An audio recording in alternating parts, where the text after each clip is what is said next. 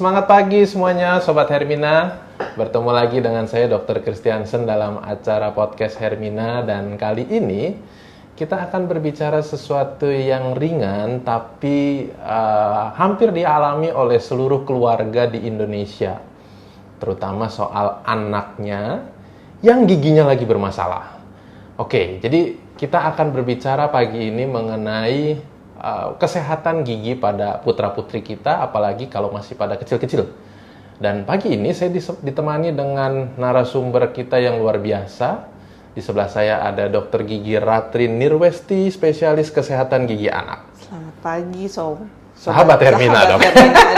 Oke, dokter apa kabar? Baik. Sehat-sehat? Semoga sehat semua kita. Oke, jadi dok, pagi ini kita dapat peluang untuk ngobrol sama sahabat Hermina mengenai topik kesehatan gigi anak, dok. Kesehatan gigi anak. Dok, apa yang sulit dari berusaha mengobati gigi anak, dok? Apa tantangannya, dok? Yang paling sulit selama saya praktek itu adalah membuat anak mau datang ke dokter gigi dan kooperatif ketika akan dilakukan perawatan, mau duduk di kursi gigi, mau dikerjakan dengan alat-alatnya. Itu yang paling sulit sih, dan kerja sama orang tuanya itu perlu banget sih. Oke, berarti sebuah prestasi yang luar biasa bagi orang tua sebetulnya untuk bisa membawa anaknya datang ke dokter ya, dok? Betul. Jadi prestasi orang tua itu dimulai dari bisa mencegah gigi anak tidak berlubang, kesehatan giginya baik, cek rutin ke dokter anak, dokter gigi anak, dan kerjasama dengan dokter gigi anak. Kerjasama ini penting ya, dok, karena ada beberapa orang tua yang cenderung khawatir mungkin ya, khawatir atau takut atau apa, dok? Iya, nular sih sebenarnya, dok. Kalau misalnya orang tuanya takut, pasti anaknya juga tiba-tiba jadi takut. Itu kadang-kadang dari mobil pun udah nggak mau turun. Itu kita ngebujukinnya dari awal. Dan makin dini ke dokter gigi anak untuk pemeriksaan rutin, itu sebenarnya perawatannya juga akan lebih singkat, lebih ekonomis, lebih nyaman buat anak, dan nyaman juga buat orang tuanya. Karena makin berat derajat sakit giginya, itu makin lama, makin berulang kali harus kontrol, akan lebih costly juga, dan akan lebih nggak nyaman juga karena anak udah ngerasain sakit duluan kan, baru ke dokter. Penderitaan si anak lebih banyak ya, dok? Iya, di mulut tuh jadi banyak ya? Penderitaan semua sih. Penderitaan semua, dokternya juga lebih harus telaten. Oke. Jadi sahabat Hermina, tips pertama hari ini yang kita dapat untuk kesehatan gigi putra-putri kita yaitu usahakan jangan sakit gigi. Itu yang pertama. Yang kedua, rutin, seawal mungkin. Betul. Dan orang tua harus jadi teladan yang baik agar anaknya nggak takut buat berobat. Jadi sahabat Hermina jangan sampai seperti di luar sana yang bilang, ayo lu nanti disuntik dokter. Nah itu nggak boleh. Betul ya, dok ya? Iya, jangan. Jangan. Itu membuat kerja kita susah. Betul. Oke, dokter. Yes. Apa yang sering timbul? Kasus apa, dok, yang paling sering terjadi pada anak-anak yang giginya bermasalah? Anak-anak itu sebenarnya seperti yang kita ketahui kan selalu gigi susu dan gigi dewasa itu kan beda. Dari anatominya, dari ketahanannya. Gigi susu tuh pasti lebih nggak sekuat gigi dewasa.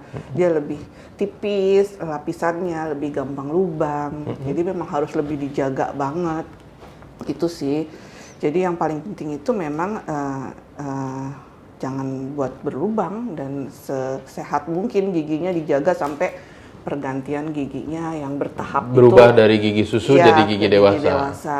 Yang paling sering sih ya lubang. Lubang dibiarkan, dianggapnya kalau gigi susu itu kan nanti ganti gitu kan ya.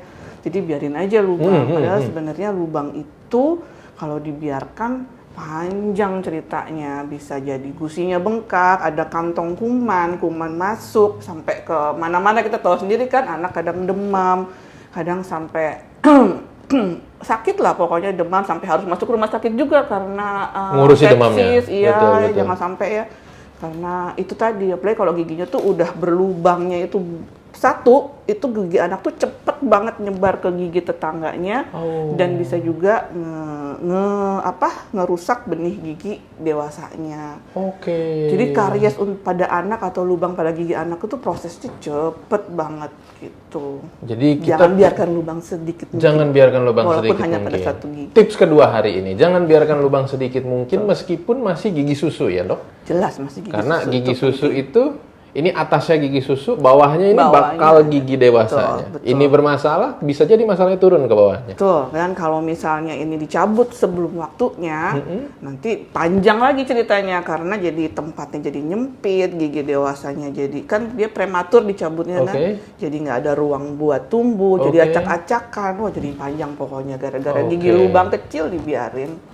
Itu juga penyebabnya jadi bisa begitu. Oke dok, apa yang sahabat Hermina bisa lakukan untuk menjaga agar jangan sampai gigi putra-putrinya rusak dok? Mencegah tuh penting banget sih ya, karena kalau enggak itu jadi panjang lagi tadi ceritanya. Udah kalau demam, kalau sakit gigi, baru dibawa ke dokter gigi, itu juga kita harus memperlakukan anak karena kondisinya emergensi, jadinya harus dipegangin, malah kadang-kadang harus direjeng gitu yang kita nggak mau kan. Karena harus dibor, harus dikeluarkan bakterinya dengan melakukan dengan alat-alat yang benar-benar kadang-kadang anak nggak suka gitu ya. Nah itu yang harus dilakukan pertama adalah tadi pencegahan. Pencegahan tuh bisa dari diet, makanan tuh dok. Makanan tuh kan anak-anak zaman sekarang kan, anak-anak zaman now, anak-anak kecil gitu.